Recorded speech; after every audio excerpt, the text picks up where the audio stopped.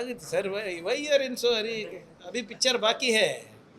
ಈಗ ನಾನಿರ್ಬೋದು, ಅವ್ರಿರ್ಬೋದು, ಇವರೇ ಎಲ್ಲರೂ ಕೂಡ ಕಾನೂನಿಗೆ ತಲೆ ಬಾಗಲೇಬೇಕಾ?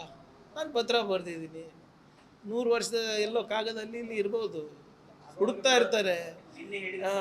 ಈಗ ಪಾಪ ಪಾಕಿಸ್ತಾನ ಬಗ್ಗೆ ಮಾತಾಡ್ತಾರೆ, ಆರ್ಥಿಕ ವ್ಯವಸ್ಥೆ ಬಗ್ಗೆ ಮಾತಾಡ್ತಾರೆ, ರಾಮ ಮಂದಿರ ಬಗ್ಗೆ ಮಾತಾಡೋದಿಲ್ಲ, ಅವ್ರ ಅಸ್ತಿತ್ವದ ಬಗ್ಗೆ ಮಾತಾಡೋದಿಲ್ಲ.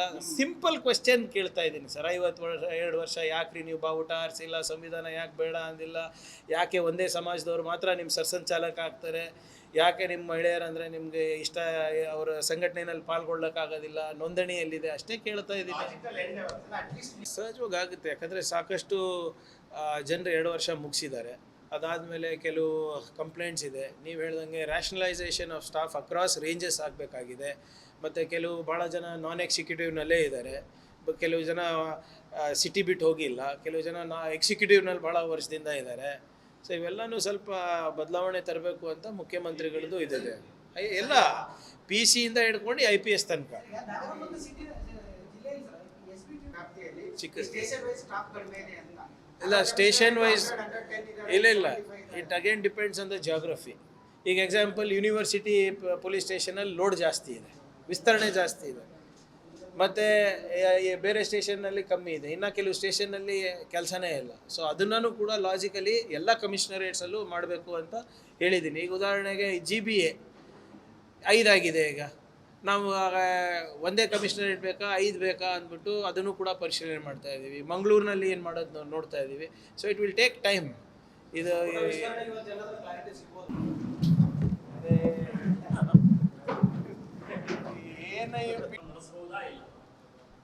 ಅದು ಇಟ್ ಡಿಪೆಂಡ್ಸ್ ಎಲ್ಲಿ ಏನು ಉದ್ದೇಶ ಏನು ತಿಳಿಸಿ. ಅದೂ ಇದೆ. ನಾವು ಕೋರ್ಟಲ್ಲಿ ನಾವು ಏನು ಸಬ್ಮಿಟ್ ಮಾಡಿದ್ದೀವಿ, RCB ಕಾಲು ತುಳಿತ ಆದಮೇಲೆ ಅದನ್ನು ಸಬ್ಮಿಟ್ ಮಾಡಿದ್ದೀವಿ. ಉದ್ದೇಶ ಏನು, ಯಾಕೆ ಬರ್ತಾ ಇದ್ದೀರಾ, ಏನು ಮಾಡ್ತಿದ್ದೀರಾ, ಎಷ್ಟು ಜನ ಸೇರ್ತಾ ಇದ್ದೀರಾ, ಜನ ಎಲ್ಲೆಲ್ಲಿಂದ ಬರ್ಬೋದು, ನಿಮ್ಮ ಸಂಘಟನೆ ಎಲ್ಲಿದೆ, ಅದರ ಅಡ್ರೆಸ್ ಎಲ್ಲಿದೆ, ಎಷ್ಟು ವೆಹಿಕಲ್ ಬರುತ್ತೆ, ಎಲ್ಲಿಂದ ಬರುತ್ತೆ, ಮತ್ತು ಅಲ್ಲಿ ಏನಾದರೂ ಕ್ರೌಡ್ ಕಂಟ್ರೋಲ್ ಆಗಿಲ್ಲ ಅಂದರೆ ಯಾರು ಜವಾಬ್ದಾರಿ ಕೊಟ್ಟಿದ್ದಾರೆ. ಸ್ವಲ್ಪ 2 ವಾರದಲ್ಲಿ ಏನೇನು ಮಾಡ್ಬೋದು, ಸ್ವಲ್ಪ ಟೈಮ್ ಕೊಡಿ, ಮಾಡ್ಸೋಣ ಅಂತ. ನೋಡಿ, ಇಲ್ಲ ಅರುಣ್ ಅವರೇ, ಪಾಪ್ಯುಲೇಷನ್ ಪ್ರಕಾರ ಇರೋದಿಲ್ಲ ಸ್ಟೇಷನ್ನು, ಕ್ರೈಮ್ ರೇಟ್ ಪ್ರಕಾರ ಇರ್ತದೆ. ಅದನ್ನು NCRB ಸೆಂಟ್ರಲ್ ಗೌರ್ಮೆಂಟ್ ಇದ್ರ ಪ್ರಕಾರ ಇರ್ತದೆ. ನಾವು ಸ್ಟೇಷನ್ ಈಗ ನಾವು ಹೆಂಗೆ ಬೇರೆ ಇಲಾಖೆನಲ್ಲಿ ನಾವು ಹಾಸ್ಟೆಲ್ಗಳು ಜಾಸ್ತಿ ಮಾಡ್ತೀವಿ ಅಂದ ತಕ್ಷಣ ನಾವು ಸ್ಟೇಷನ್ಗಳು ಜಾಸ್ತಿ ಮಾಡೋಕ್ಕಾಗಲ್ಲ. ಕ್ರೈಮ್ ರೇಟ್ ಮೇಲೆ ಡಿಪೆಂಡ್ ಆಗ್ತದೆ. ಅದನ್ನು ಕೂಡ ನಾವು ವೈಜ್ಞಾನಿಕವಾಗಿ ಪರಿಶೀಲನೆ ಮಾಡೋಕ್ಕೆ ಹೇಳಿದ್ದೀನಿ.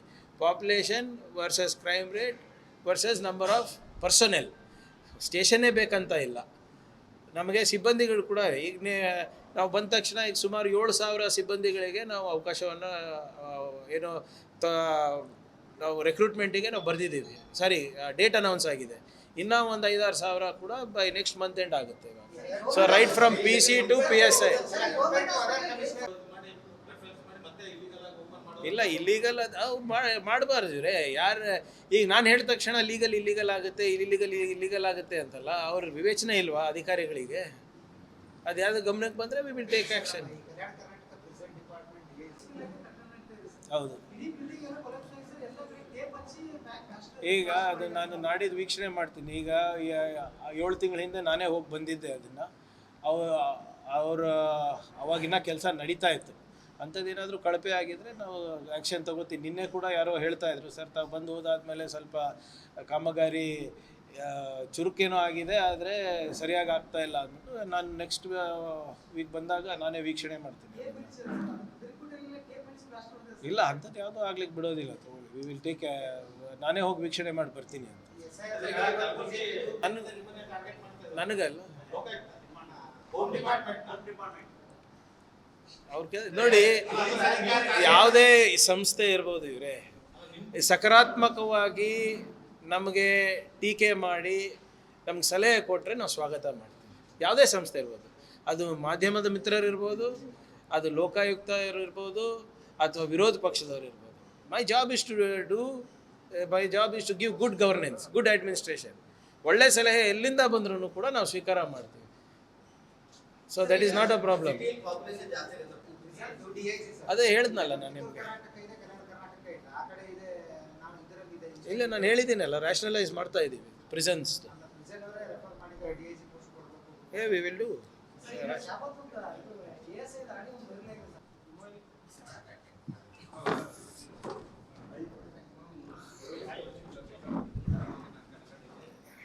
ಏನು ಸರ್ ಬೆಳಿಗ್ಗೆ ಬೆಳಿಗ್ಗೆ ನಮ್ಮ ಮೇಲೆ ಆಕ್ರಮಣ?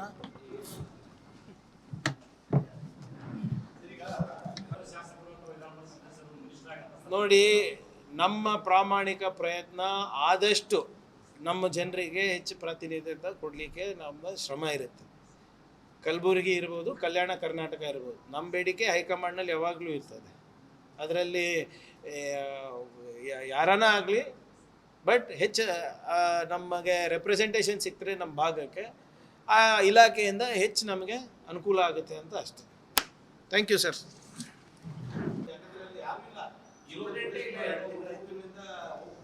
ಇಲ್ಲ, ಸಿಬ್ಬಂದಿಗಳದು ಪ್ರಿಸನ್ಸ್ದು ರೀಶಫಲ್ ಇದೆ. ನಮ್ಮ ಜುಲೈ 15th ತನಕ ಅಧಿಕೃತವಾಗಿ ಟೈಮ್ ಕೊಟ್ಟಿದ್ದಾರೆ. ಸೊ ಈ ತಿಂಗಳ ಒಳಗಡೆ ರ್ಯಾಷನಲೈಸಿಂಗ್ ಆಫ್ ಸ್ಟಾಫ್ ಆಗುತ್ತೆ ಪ್ರಿಸನ್ಸ್ದು. ಯಾಕಂದರೆ ಅವ್ರು ಬೇರೆ ಕಡೆ ಕೆಲಸ ಮಾಡಲಿಕ್ಕಾಗಲ್ಲ. ಇಲ್ಲಿಂದ ಬೆಳ್ಳಾರಿಗೆ ಹೋಗಬೇಕು, ಬೆಳ್ಳಾರಿಯಿಂದ ಬೆಳಗಾವಿಗೆ ಹೋಗಬೇಕು, ಬೆಂಗಳೂರಿನವ್ರು ಕಲಬುರಗಿ ಬರಬೇಕು. ಸೊ ಅದು ರ್ಯಾಷನಲೈಸಿಂಗ್ ನಡೆದಿದೆ. ಮಾಡ್ಸೋಣ, ನಾನು ಹೇಳಿದ್ದೀನಲ್ಲ, ಪೊಲೀಸ್ ಇಲಾಖೆದು ಇನ್ನು ಈಗ ಚಾರ್ಜ್ ತೊಗೊಂಡಿದ್ದೀನಣ್ಣ, ಸ್ವಲ್ಪ ಟೈಮ್ ಕೊಡಿ.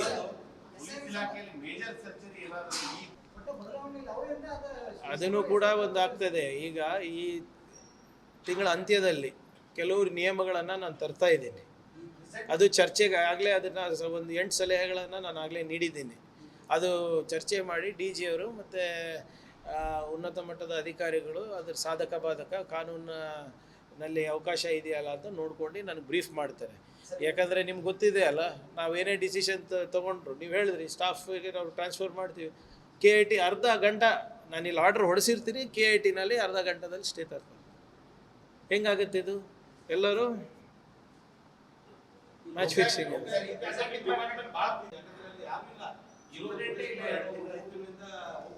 ಇಲ್ಲ, ಸಿಬ್ಬಂದಿಗಳದು ಪ್ರಿಸನ್ಸ್ದು ರೀಶಫಲ್ ಇದೆ. ನಮ್ಮ ಜುಲೈ 15th ತನಕ ಅಧಿಕೃತವಾಗಿ ಟೈಮ್ ಕೊಟ್ಟಿದ್ದಾರೆ.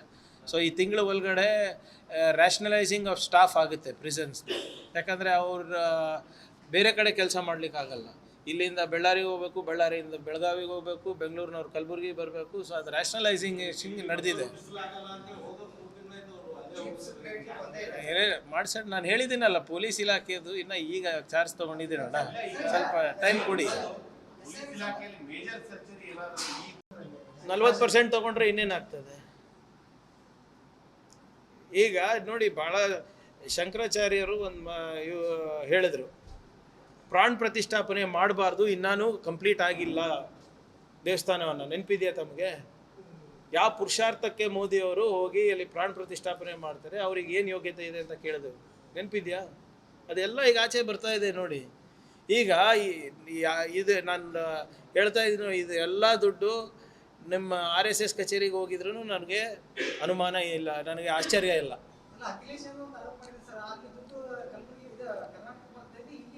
ಈ ನೋಡ್ರಿ, ಆ ಜಗನ್ನಾಥ್ ಭವನಿಗೂ ಹೋಗಿರ್ತದೆ, ಕೇಶವ ಕೃಪಾಗೂ ಹೋಗಿರೋ ಸಾಧ್ಯತೆ ಇದೆ.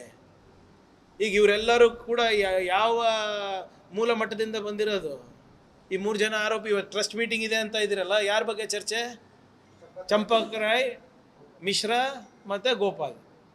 ಇವರೆಲ್ಲರದು ಟ್ರೈನಿಂಗ್ ಎಲ್ಲಾಗಿರೋದು RSSನಲ್ಲಲ್ವಾ? ಮತ್ತು ಅಷ್ಟನ್ನ ಅವರಿಗೆ ಪಿತೃಭಕ್ತಿ ಇರ್ತದಲ್ಲ.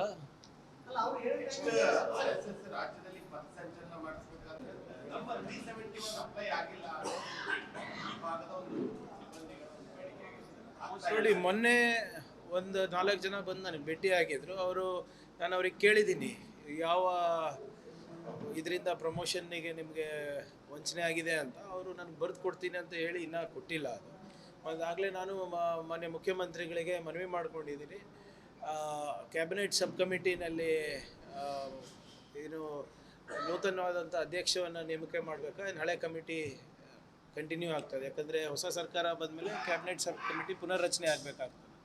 ಹಿಂದಿನ ಕ್ಯಾಬಿನೆಟ್ ಸಬ್ ಕಮಿಟಿ ಅಧ್ಯಕ್ಷ ನಾನಿದ್ದೆ. ಸೊ ಈಗ ಮುಂದುವರಿಸಬೇಕಾದ್ರೆ ಕಂಪ್ಲೀಟ್ ಕ್ಯಾಬಿನೆಟ್ ಆಗಲಿ ಅಂತ ಮಾನ್ಯ ಮುಖ್ಯಮಂತ್ರಿಗಳು ಹೇಳಿದ್ದಾರೆ ನಿನ್ನೆ. ಸೊ ಅದಾದಮೇಲೆ what ever it is will discuss. But ಅದನ್ನು ಅವ್ರು ಅಧಿಕೃತವಾಗಿ ನನಗೆ ಬರೆದು ಕೊಟ್ಟರೆ, ನೀವೇ DCM ಅವರು, ರೆವಿನ್ಯೂ ಮಿನಿಸ್ಟರ್ ಅವರು ನಾಳೆ ಇಲ್ಲೇ ಇರ್ತಾರೆ. ಸೊ ಅದನ್ನು ಕೂಡ ಅವ್ರ ಜೊತೆ ಚರ್ಚೆ ಮಾಡ್ತೀನಿ ಅಂತ.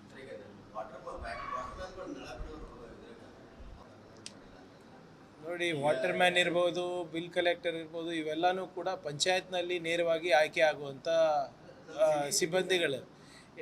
ಇವನ್ ಅರ್ಬನ್ ಲೋಕಲ್ ಬಾಡಿ ಆರ್ ಇದು there is very limited scope of promotions and permanent. ಆಮೇಲೆ ಅದು ಮಾಡಿದ್ರೆ ನೀವು ಲಕ್ಷಾಂತರ ಜನರಿಗೆ ಮಾಡಬೇಕು ಅಂದ್ಬಿಟ್ಟು ಹಲವಾರು ಇಲಾಖೆಯಲ್ಲಿ ಯಾರಿಗೆ ನಾವು ಔಟ್ಸೋರ್ಸಲ್ಲಿ ತೊಗೊಂಡಿದ್ದೀವಿ ಅವರಿಗೆ ಕಾಯಂ ಮಾಡಬೇಕು ಅಂತ ಪ್ರಸ್ತಾವನೆ ಇದೆ. 16ನೇ ಹಣಕಾಸು ಬಂದಾಗೂ ಕೂಡ ಇದೆಲ್ಲ ಚರ್ಚೆ ಆಯಿತು.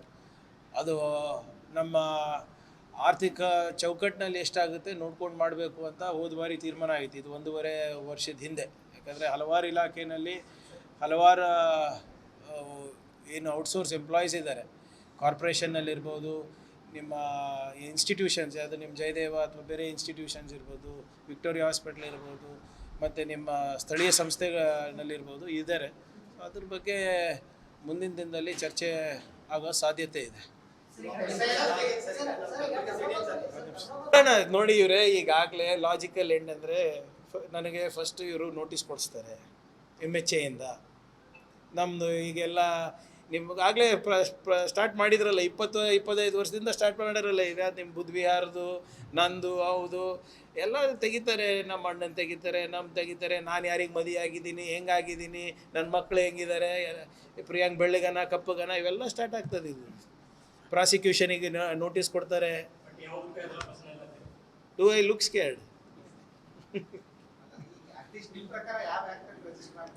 ಸರ್, ಈಗ ಎಲ್ಲನೂ ನಾನು ಇಲ್ಲಿ ಚರ್ಚೆ ಮಾಡಿದ್ರೆ ಅವರಿಗೆ ಬಿಡ್ತೀರಿ ನೀವು ಕೊಡಲಿಕ್ಕೆ?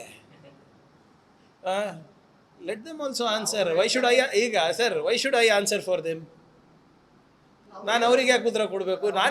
ನಾನು ನೀವು ಮಾಡಿ, ಅರೆ ಸರ್, ನೀವು ಮಾಡಿ, ನಂದು ಆಕ್ಷೇಪ ಇಲ್ಲ. ನಿಮ್ಮ ಸಾಂಸ್ಕೃತಿಕ ಸಂಘಕ್ಕೂ ಇಲ್ಲ. ನೀವು ಕ್ರೀಡಾ ಸಂಘನ ಮಾಡ್ಕೊಳ್ಳಿ, ನೀವು ಯಾವುದಾದ್ರೂ ಧಾರ್ಮಿಕ ಸಂಘನ ಮಾಡ್ಕೊಳ್ಳಿ, ನಂಗೆ ತಕರಾರೇ ಇಲ್ಲ. ಅವರು ಗುರು ದಕ್ಷಿಣೆ ತಗೋತಾರಂತಾರೆ, ಕರೆಕ್ಟಾ? ಗುರು ಯಾರ್ರೀ? ಅವ್ರ ಗುರು ಯಾರು? ಧ್ವಜದ ಹೆಸರು ಮೇಲೆ ದೇಣಿಗೆ ತಗೋತಾರೆ, ಅದಕ್ಕೆ ಕಟ್ಟೋದಿಲ್ಲ. ನೀವು ಮಾಡಿ, ಅದೇ ಮಾನದಂಡ ಇಟ್ಕೊಂಡು ನೀವು ನಾಳೆ ಪ್ರಾರಂಭ ಮಾಡಿ ಸಂಘವನ್ನು. ಯಾರು ಬೇಡ ಅಂದಿದ್ದಾರೆ? ಅವಾಗ IT ED ಸುಮ್ಮನಿರ್ತಾರ ನೋಡ್ತೀನಿ ನಾನು. ಧರ್ಮಕ್ಕೆಲ್ರಿ ರಿಜಿಸ್ಟ್ರೇಷನ್ ಕೇಳ್ತಾ ಇದ್ದೀನಿ ನಾನು. ಅವ್ರು ಏನಾದರೂ ಹೇಳ್ತಾರೆ. ಇಲ್ಲ, ಅದಕ್ಕೆ ಅಲ್ಲ ನೋಡಿ, ಅವರ ಚಮಚಗಳಿಗೆ ಪ್ರವಚನ ಕೊಡೋದಲ್ಲ. ಎದುರ ಬಿದ್ರ ಕುಂತು ನಿಮ್ಮ ಲಾಯರ್ಸಿಗೆ ಕಳಿಸಿ, ನಾವು ನಮ್ಮ ಲಾಯರ್ಸಿಗೆ ಕಳಿಸ್ತೀವಿ. Legal status I asking, constitutional status asking. ಇವ್ರು ಯಾರು ಧರ್ಮದ ರಕ್ಷಣೆ ಮಾಡೋಕ್ಕೆ? ಹಿಂದೂ ಧರ್ಮ 3000 ವರ್ಷದಿಂದ ಇದೆ. ಇವ್ರು ಹುಟ್ಟು 100 ವರ್ಷ ಆಗಿಲ್ಲ. ಅದು ರಿಜಿಸ್ಟ್ರೇಷನ್ ಆಗಿತ್ತಾ? 3000 ವರ್ಷದಿಂದ ರಿಜಿಸ್ಟ್ರೇಷನ್ ಆಗಿತ್ತಾ? ಈಗ ಬ್ರಹ್ಮ ಸಮಾಜ ಇವೆಲ್ಲನೂ ಬ್ರಿಟಿಷ್ ಕಾಲದಿಂದ ನಡ್ಕೊಂಡು ಬಂದಿರೋ ಸಂಘಟನೆ. ಅವ್ರು ಹೆಂಗ್ರಿ ರಿಜಿಸ್ಟರ್ ಆದರು? ಯಾವುದು? CMಗೆ ಕೇಳಿ. ಈಗ ಅದು ಯಾವುದು ಚರ್ಚೆ ಇಲ್ಲ. ಈಗ CM ಅವರು ಫಸ್ಟ್ 2 ಕಡೆ ಈ ಸಭೆಗಳನ್ನು ಮಾಡ್ತಾರೆ. ನಿಮ್ಮಲ್ಲೇ ತಮ್ಗೆ ಗೊತ್ತಿರೋ ಹಾಗೆ ಖರ್ಗೆ ಸಾಹೇಬರು ಈ ನಾಳೆ ನಾಡಿದ್ದು ಡೆಲ್ಲಿಗೆ ಹೋಗ್ತಾರೆ. ಅವಾಗ ಹೋಗಿ ಸ್ವಲ್ಪ ಚರ್ಚೆಗಳು ಪ್ರಾರಂಭ ಆಗುತ್ತೆ. ಯಾವುದು ಸರ್?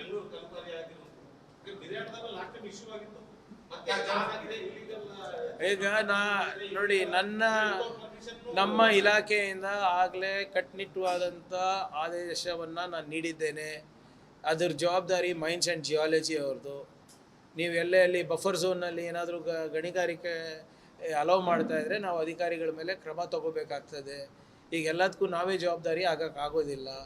ಎಲ್ಲ ಇಲಾಖೆಗಳಿದ್ದಾರೆ, ಇಲಾಖೆ ಸಿಬ್ಬಂದಿಗಳಿದ್ದಾರೆ, ಅವ್ರದ್ದಾದಂಥ ಒಂದು ಕಾನೂನು ಚೌಕಟ್ಟಿನಲ್ಲಿ ಕೆಲಸ ಮಾಡಬೇಕಾಗ್ತದೆ.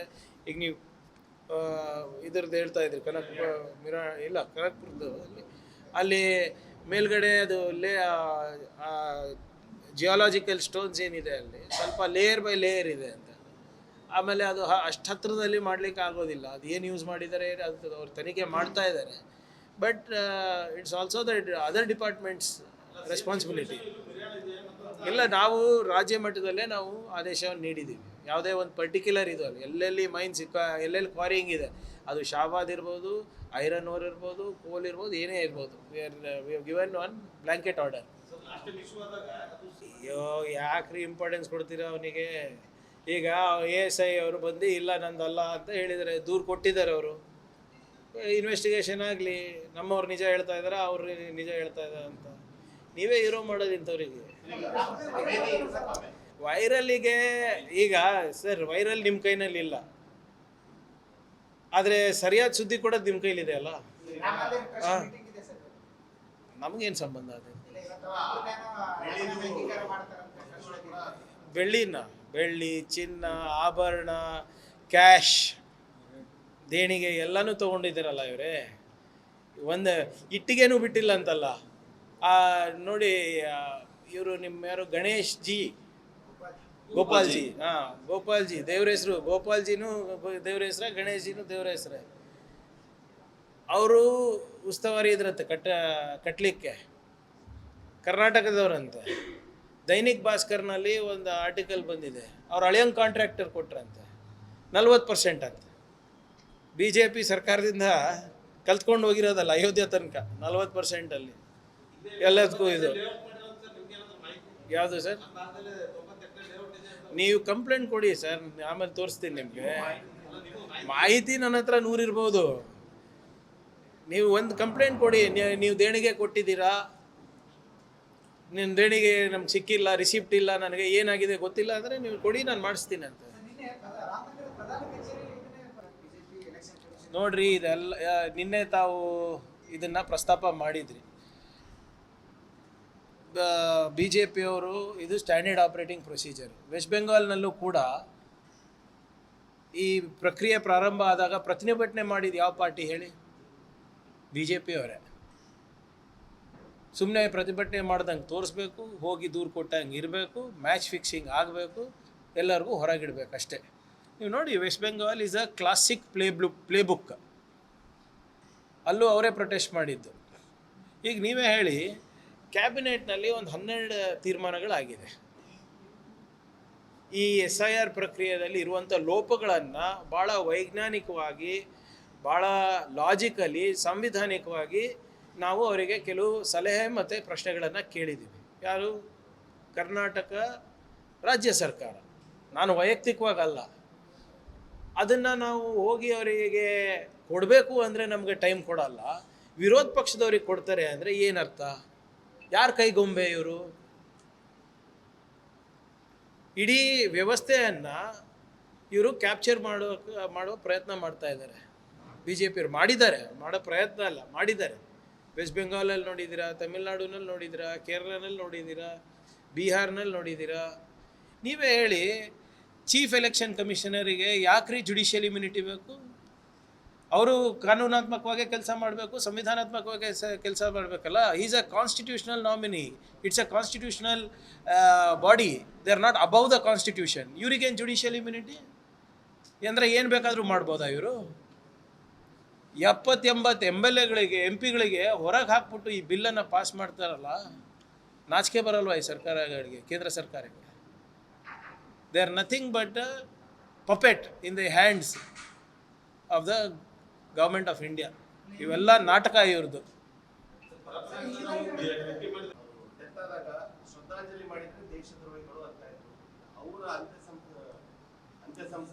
The government of India, after the death of the Deputy Prime Minister in Iran, flew the Iranian flag in half mast. ಯಾರಿದ್ರು ಅವಾಗ ಸರ್ಕಾರದಲ್ಲಿ? ಮೋದಿ ಸರ್ಕಾರ ಅವರೇ ಮಾಡಿದ್ದು.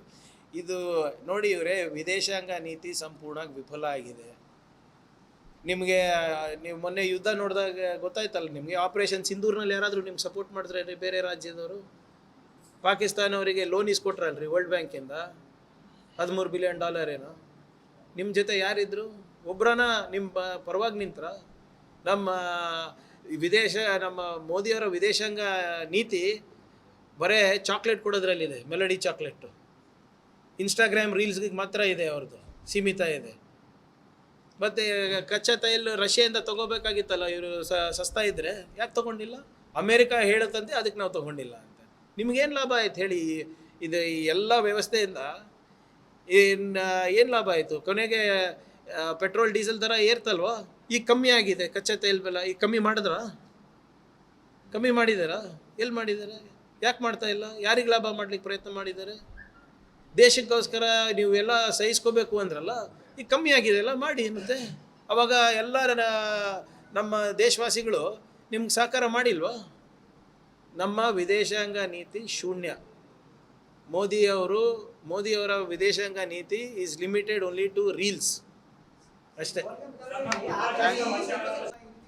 ನೋಡಿ ಇವರೇ, ಸಣ್ಣ ಪುಟ್ಟ ಫಂಕ್ಷನಿಗೆ ನಾವು ಹೆಂಗೆ ಅಡ್ಡಿಪಡಿಸೋಕ್ಕಾಗ್ತದೆ? ಯಾಕೆ ನೀವು ಈಗ ಬೇರೆ ಸಂದರ್ಭದಲ್ಲಿ ಎಲ್ಲಿ ಹಬ್ಬ ಹುಣ್ಣಿ ಇದ್ದಾಗ ನೀವು ಎಲ್ಲರೂ ಆಚರಣೆ ಮಾಡ್ಕೊಂಡಿರ್ತೀವಿ, ಅದಕ್ಕೆಲ್ಲ ಅವಶ್ಯಕತೆ ಇಲ್ಲ. ದೊಡ್ಡ ಯಾವುದು ನೀವು ವಿಶ್ವದ ಅತ್ಯಂತ ದೊಡ್ಡ NGO ಅಂತೀರಾ, ನೀವು ವಿದೇಶದಿಂದ ದೇಣಿಗೆ ತಗೊತಾ ಇದ್ದೀರಾ, ಹಿಂಗೆ ದೊಡ್ಡ ಟ್ರಸ್ಟಿಗೆ ಕೊಡ್ತಾ ಇದ್ದೀರಾ, ಅಂಥದಕ್ಕೆ ಮಾಡಬೇಕಲ್ಲ.